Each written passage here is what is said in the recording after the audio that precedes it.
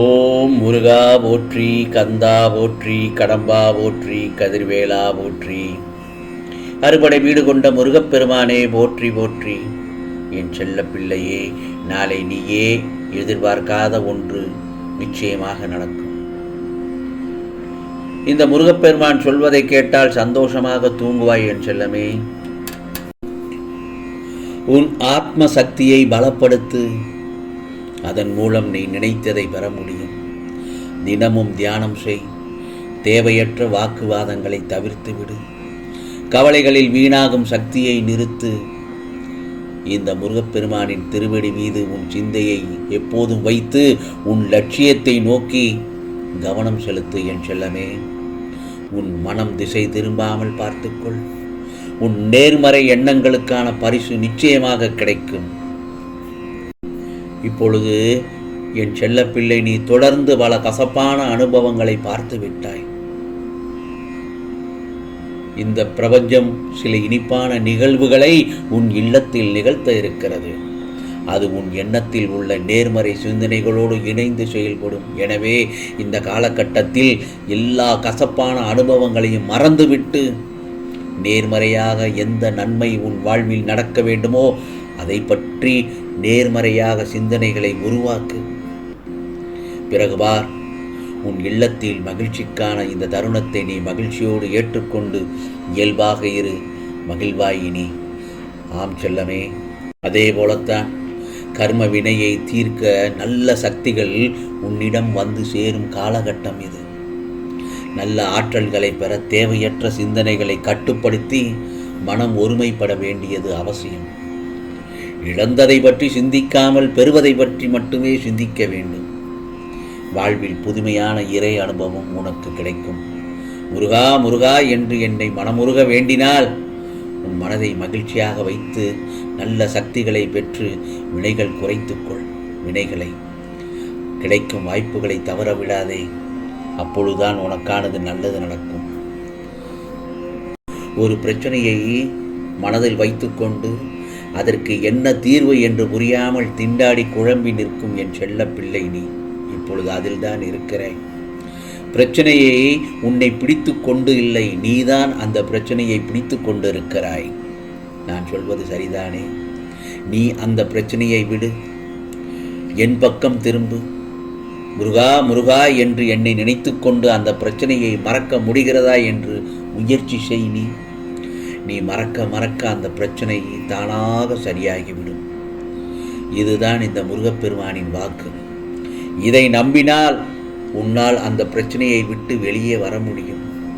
நிச்சயமாக. ஆம் செல்லமே. நாளை காலை எனக்கு 2 தீபம் ஏற்றி வழிபடு. உனக்கான விரைவில் ஒரு தெளிவு உண்டாகும். நல்லது நடக்கும். நல்லதே நினை, உனக்கு நல்லதே நடக்கும் என் செல்லமே.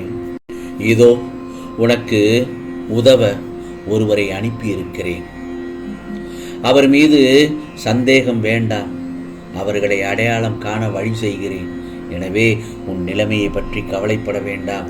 விரைவில் எல்லாம் மாறும் என் செல்லமே. சில நேரங்களில் என் பிள்ளை வாழ்க்கையில் அன்றாடம் நடக்கும் தினசரி பிரச்சனைகளை எதிர்கொள்ள முடியாமல் திணறும் போது இதிலிருந்து மொத்தமாக வெளிவர வழிகாட்டு முருகா என்று என்னிடத்தில் மண்டியிட்டு புலம்பி அழுகின்றாய். இது எல்லா வயதினருக்கும் ஒன்று போல இருக்காது. நடுத்தர வயதிற்கும் குறைவாக உள்ளவர்கள் கர்மவினையை வாழ்க்கையின் வழியே தீர்க்க வேண்டும் என விதிக்கப்பட்டவர்களுக்கு முற்றிலும் வெளிவர காலம் எடுக்கும். கடந்து போகக்கூடிய பிரச்சனைகளை மனதில் வைத்துக்கொண்டு ஆராய்ந்தால் அது எப்பொழுதும் தீராதது போன்று தோன்றும். ஆனால் அதை தாங்கி கடக்கும் சக்தியை இந்த முருகப்பெருமான் உனக்கு நான் அருள்பாலிக்கிறேன். இந்த முருகன் அருளால் எனது எதையும் தாங்கும் சக்தி அதிகரிக்கிறது என்று நிச்சயமாக உன் மனதார சொல்லிக்கொண்டே இரு. எல்லாவற்றையும் தானாக அனைத்தும் சரியாக செய்வேன். உனக்கு நான் இருக்கும் பொழுது ஏன் கவலைப்படுகிறாய்? கவலையே விடு. உனக்கான பாதுகாப்பு வளையம் போட்டுத்தானே நான் உன்னை என்னுடைய பாதுகாப்பு வளையத்தில் தானே உன்னை வைத்திருக்கிறேன். என்னை மீறி யாரும் உன்னை ஒன்றும் செய்ய முடியாது. முழு நம்பிக்கையோடு ஒரு முறை ஓம் சரவண பவ என மனமுருகி வேண்டி வணங்கி கூறிப்பார். கேட்டதெல்லாம் இந்த முருகப்பெருமான் அள்ளி கொடுப்பேன். என் பிள்ளையே, முன்னேற போல புதிய சிந்தனைகள் தோன்றும், புதிய வழிகளை கண்டுபிடிப்பாய். புதிய திட்டம் ஒன்று உன் மனதில் தோன்றும். இதுவரை மெதுவாக நடந்த விஷயங்களை வேகமாக நடப்பதற்கு வழிகளை கண்டறிவாய். பலரும் மகிழ்ச்சியை கைவிட்ட போதும் நீ விடாமல் தொடர்கிறாய். இப்போது அது இன்னும் வேகம் எடுக்கும் என் செல்லமே. நீ மீண்டும் ஒரு சாதாரண மனிதனைப் போல் கவலைகளை தூக்கி சுமக்க ஆரம்பித்து விட்டாய். அந்த கவலைகளால் உனக்கு கோபமும் எரிச்சலும் உண்டாகிறது. நான் சொல்வதெல்லாம் சரிதானே? எந்த ஒரு நிகழ்வும் ஏன் நடக்கிறது என்பதை அறிவாய். ஒவ்வொரு இன்பத்தின் முடிவிலும் துன்பம், ஒவ்வொரு துன்பத்தின் முடிவிலும் இன்பமும் ஒளிந்திருப்பதை அறிவாய். எல்லாம் அறிந்தும் நடக்கும் நிகழ்வுகளை கண்டு உணர்ச்சி வசப்படக்கூடாது என் செல்லமே. உனக்கே உரித்தான பெருந்தன்மையோடு விட்டு கொடுத்து சொல். இழப்புகளை ஏற்றுக்கொள். அந்த தவறுகளை மீண்டும் செய்யாதே. நீ உணர உணர உனக்கான கர்ம வினைகள் எல்லாம் உன்னிடத்திலிருந்து விலகிவிடும் என் செல்லமே. என்னுடைய வேலை இறுக பற்றிக்கொள். முருகா முருகா என்று என் நாமத்தை உச்சரித்து கொண்டு இரு. எல்லாம் கடக்க உனக்கு நல்லதொரு சக்தி கிடைக்கும் என் செல்லமே. நீ மகிழ்ச்சியாக இருந்தாலும் உன் மனதில் ஏதோ ஒரு பயம் ஓடிக்கொண்டே இருக்கிறது. அப்படித்தானே? ஆனால் அது தேவையற்ற பயம். தேவையில்லாமல் நினைத்து நினைத்து ஏன் நீ பயத்தை உண்டு பண்ணி கொள்கிறாய்? உன் வாழ்க்கையில் நல்ல மாற்றங்கள் ஒவ்வொன்றாக நடக்க ஆரம்பமாகிவிட்டது. பயம் உனக்கு எதிர்மறை எண்ணங்களை தரும், உன் செயல்பாட்டை தடுக்கும். பயத்தை விடு. நல்லதை மட்டுமே நினைத்து கொண்டு இருந்தால் உனக்கு நன்மைகள் மேலும் மேலும் பெருகத்தான் என் செல்லுமே. அப்படி பெருகும்போது உன் வாழ்க்கை தரமும் உயரத்தானே செய்யும். எதற்கும் கலங்காதே, உறுதியுடன் நில். கடைசி நிமிடத்தில் கூட ஏதாவது நல்லதொரு அதிசயங்களும் பல நிகழ்வுகளும் நடக்கலாம். ஆகவே இந்த முருகப்பெருமான் இருக்கும் பட்சத்தில் நீ கவலையே படக்கூடாது என் செல்லமே. நடந்தது நடந்துவிட்டது, அச்சம் வேண்டாம். கொஞ்சம் பொறுமையாக கோபத்தை குறைத்து கொண்டு உன் செயல்பாடுகளை செய்து கொண்டே இரு. சிலர் வேண்டுமென்றே உன்னை கோபப்படுத்தும் கேள்விகளை எழுப்பலாம். அந்த சமயத்தில் உணர்ச்சி வசப்பட்டு பேசாமல் பொறுமையாக பேசி நடப்பதை மட்டும் வேடிக்கை பார்.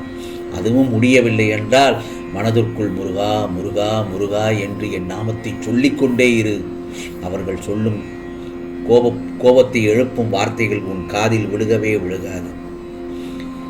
எதிர்ப்புகள் வலுத்தால் பகை எல்லாமே வரத்தானே செய்யும்.